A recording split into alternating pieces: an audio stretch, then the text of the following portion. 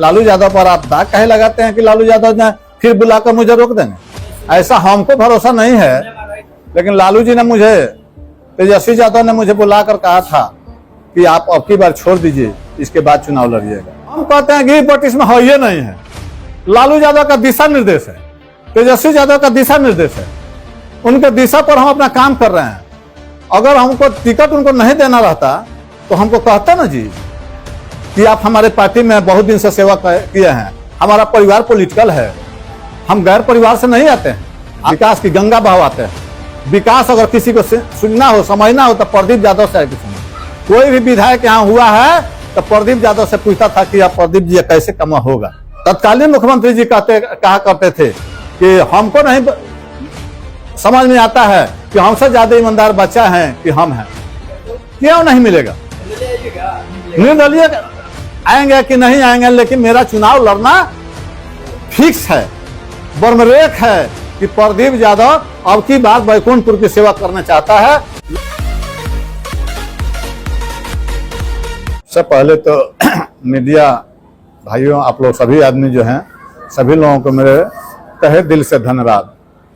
आज 26 जनवरी है, बाबा भीमराव अम्बेडकर का बनाया हुआ संविधान आज ही के दिन पारित हुआ था। और इसी दिन संजोग कहिए कि मेरे पिता तुल्य चाचा स्वर्गीय बच्चा राय का निधन भी हुआ था।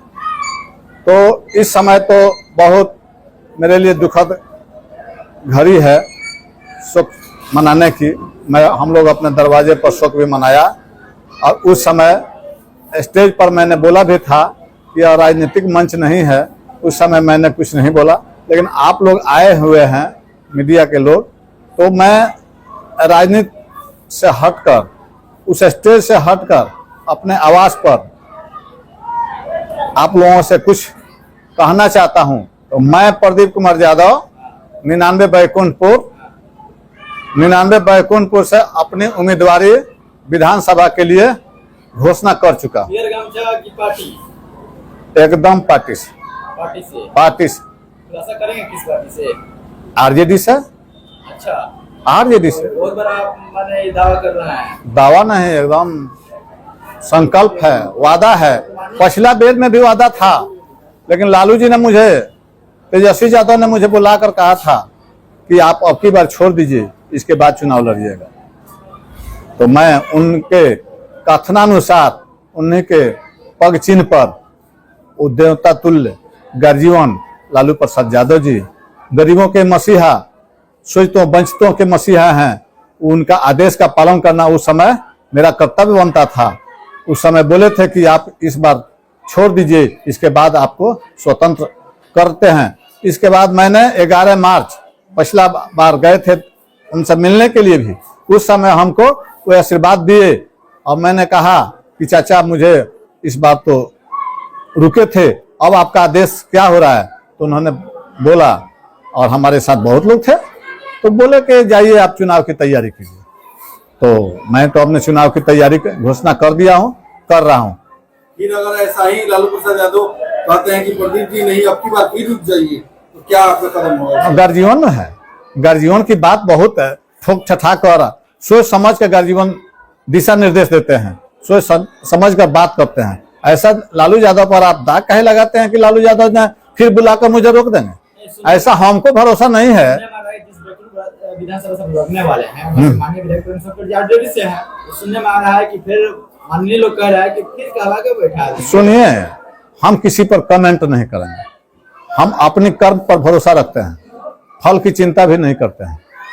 आप कृष्ण जी की वाणी को भी सुने होंगे, कृष्ण जी अर्जुन जी से कहे थे गीता के में कि कर्म करते रहिए, फल की चिंता छोड़ दीजिए।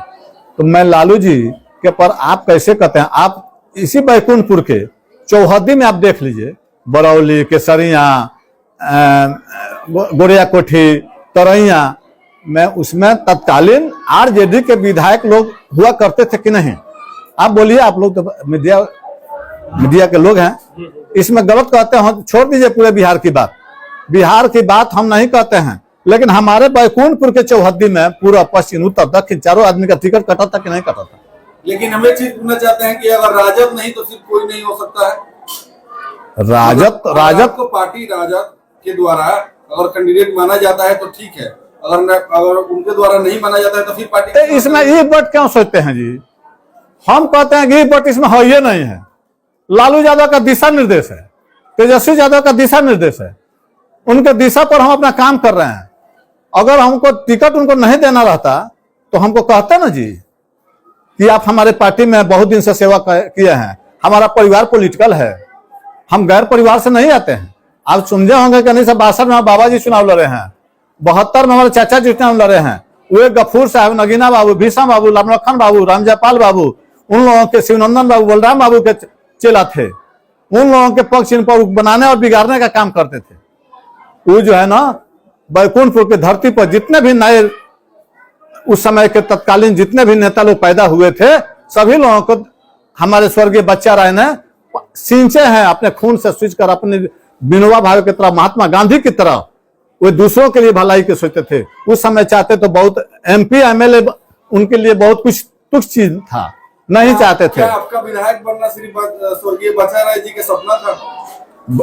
बच्चा राय जी का सपना तो है, हमारे परिवार का सपना है, मेरे परिवार का धरोहर है, मेरे परिवार का विरासत हम नहीं घूम रहे हैं। हम अपनी पहचान जो है सो अपनी बनाए हुए हैं, हम अपनी पहचान अपनी बनाए हुए हैं।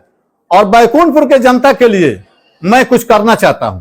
बच्चा राय जी हमारे चाचा जो थे इतने ईमानदार थे कि उनका कहीं जोड़ा आप नहीं लगा सकते थे। गफूर साहब माननीय तत्कालीन मुख्यमंत्री जी कहा करते थे कि हमको नहीं समझ में आता है कि हमसे ज्यादा ईमानदार बच्चा है कि हम हैं। उस समय बहुत चीज पोस्ट देना चाहे, उस समय प्रमुख भी बना रहे थे निर्विरोध, लेकिन कहे कि नहीं हम नहीं बनेंगे। आप जो कहा है कि बैकुंठपुर के विकास के लिए हम विधायक बनना चाहते हैं, तो ये माना जाए कि यहाँ माननीय मिथिलेश तिवारी जी, माननीय पूर्व विधायक मंजीत सिंह, माननीय विधायक प्रेमशंकर यादव जी, ये लोग कोई विकास नहीं किए हैं बैकुंठपुर में। हम किसी पर कमेंट क्यों करेंगे जी?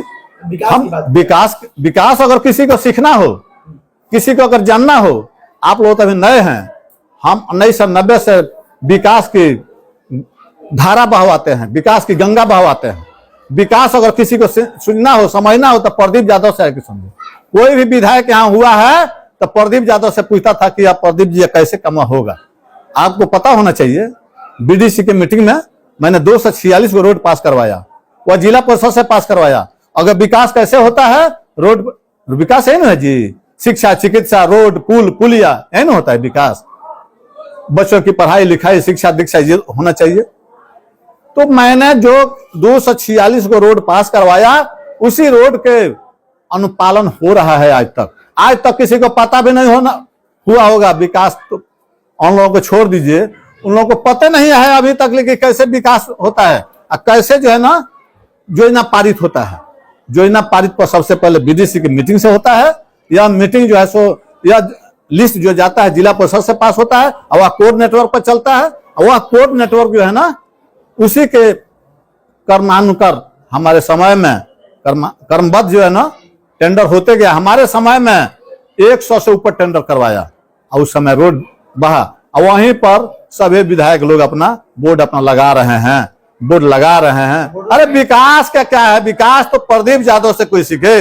अभी तक विकास तो अभी तक हम जो है ना पारित करवाए हैं। आप प्रमुख हैं, अभी हम आपको पता है ना हम प्रमुख बनाए हैं, प्रमुख बनाए हैं। एको गो प्रमुख के रिजी में एक पंचायत समिति से योजना पारित हुआ, योजना पारित हुआ। लेकिन मिथिलेश तो कह रहे हैं कि हमारा रोड बनाया वो तो लोग बोल लगा रहे हैं, यही आप दावा कर रहे हैं कि मेरा रोड पे लोग। देखिए हम दावा नहीं कर रहे हैं, हम देखिए लिस्ट रहेगा, योजना पारित हुआ रहेगा, योजना कोड नेटवर्क पर चलेगा। कोड नेटवर्क अब किसी को समझ में आता होगा कि कोड नेटवर्क किस चिड़िया का नाम है। कोड नेटवर्क जैसा बिहार सरकार के पोर्टल पर चढ़ता है, वो अभी तक किसी को पता नहीं है कि कौन सा कोड नेटवर्क है। अधिकारी लोग कहता है कि माननीय जी यह जो है सो कोड नेटवर्क में रोड है, ये रोड का लिस्ट बनाकर आप वहां से लाइए। तो वहां से लाने के लिए यह सूची चाहिए और आपको पता होना चाहिए। पुल बनाने की बात करते हैं ना, यह पुल जो है ना 70 घाट, आप लोग भी यहाँ के समानांतर ऐसी पड़ोसी हैं। पुल बनाने का ही श्रेय प्रदीप यादव का है, लेकिन हम ढोंगी नहीं है, ढोंग नहीं पसारते हैं कि प्रदीप यादव ये कर दिया वो कर दिया। कर्म करते हैं, फल की चिंता नहीं करते हैं। माननीय विधायक का टिकट काटते हैं। देखिए फिर हम कह रहे हैं कि किसी का टिकट न कटना है न छटना है। हम तो अपने मालिक से अर्जी कर दिए हैं, हम अपना उनके नॉमिनेशन कर दिए हैं, 5 साल पहले ही कर दिए हैं। उस समय मेरा नॉमिनेशन रद्द कर दिए। अब की बोले हैं कि नहीं आपका नॉमिनेशन ओके है, तो फिर काटने छटने का कहां सवाल उठता है जी? आपको टिकट नहीं मिला तो अगला कदम क्या होगा? हम कहते हैं कि राजद से टिकट मिलेगा क्यों नहीं? मिलेगा क्यों नहीं? नहीं मिलेगा तो क्यों नहीं मिलेगा? निर्दलीय आइएगा, नहीं मिलेगा निर्दलीय आएंगे कि नहीं आएंगे, लेकिन मेरा चुनाव लड़ना फिक्स है, बर्मरेख है कि प्रदीप यादव अब की बार बैकुंठपुर की सेवा करना चाहता है। लोगों के दुख दर्द को हम बांटना चाहते हैं कि हम जिस तरह 5 साल के छोटा सा पोस्ट पर मेरी धर्मपत्नी को प्रमुख बनाए थे। आपको कहीं शिकायत मिला है? गिलवा शिकायत मिला है कि प्रदीप यादव ने 5 साल के कार्यकाल में हम पर कोई एक कागज खर्चा किया है वो अविश्वास के लिए? आपको सुने हैं कहीं?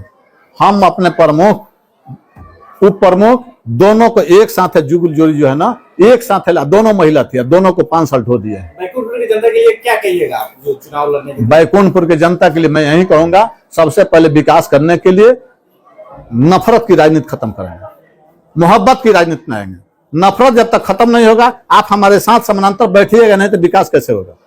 तो सबसे पहले मेरी प्राथमिकता होगी कि एक टेबल पर सभी जाति धर्म को ऊंच नीच सभी लोगों को त्याग कर और एक कप चाय पिलाने का काम किए हैं, करते हैं और करेंगे भी। सर आप पहले कुछ मंच के माध्यम से कहते थे कि मेरे चाचा जी कहते थे कि किसी के पॉकेट में निगाह मत देना, क्या वैसे खड़ा उतरिएगा?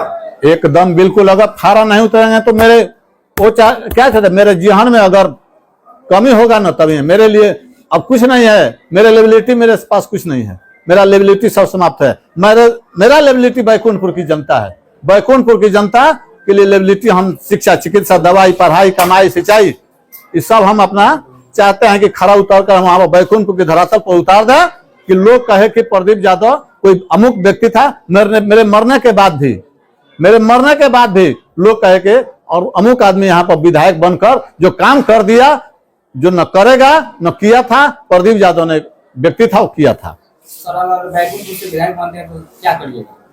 फिर तो यही तो कहते थे क्या करेंगे? शिक्षा सभी लोग रोड बनाते हैं, पुलिया बनाते हैं, सब बैकुंठपुर की जो जानता है, जो छात्र हैं मेडिकल कॉलेज की मांग करते हैं, कुछ अनोखा हम वादा नहीं करते हैं, संकल्प लेते हैं।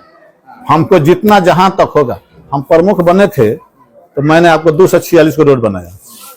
आप टीचर लोगों को कहिएगा, आप जाइएगा 150 लोगों का, आप जानते हैं 150 छात्रों का मैंने नौकरी दिया है। कोई विधायक से आप जाकर देख लीजिए, अभी तक तत्कालीन हो चाहे भूत हो, चाहे भविष्य हो, चाहे वर्तमान हो, कोई 150 नौकरी अपने हाथ से दिया है।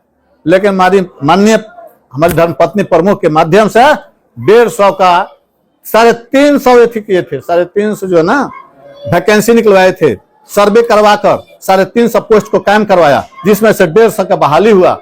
जो 150 बच्चा जो है ना ये हुआ ना जी हमारा, उसी पैटर्न पर हमारे माननीय तेजस्वी यादव जी 5 लाख लोगों को नौकरी दिए हैं और 3.5 लाख कार्यरत है, एकदम क्रियाशील है। लेकिन उनकी सरकार 17 महीना की चली गई, नहीं तो आज तक 10 लाख से ऊपर टीचर लोगों का नौकरी हो गया रहता। बैकुंठपुर की जनता से मैं यही अपील करूंगा कि एक बार मुझे हमारे बैकुंठपुर की देवतुल्य जनता, गार्जियन, महिलाएं, भाइयों बहनों सभी लोगों से एक बार बैकुंठपुर के लिए मौका मांगता हूं, एक बार मौका दीजिए। अगर मैं मौका आप लोगों के सेवा के खिदमत करने में कहीं मुझे त्रुटि होगी तो मुझे फिर दूसरा सिपाही चुन लीजिएगा। मैं अपने पूर्वज के रास्ते पर चलते आ रहा हूं। अगर मैं कार्यकलाप नहीं, तो मैं बेटा के लिए, पुत्र के लिए नहीं मांगता हूं। लोग कहता है कि बड़े पुत्र पिता के धर्म या खेती उपजे अपना कर्म है। अगर मेरे पुत्र में क्वालिटी होगा तो राजनीति ले लेगा, और नहीं क्वालिटी होगा तब अलग राजनीति, अलग जनता जो है अपना चुन लेगी।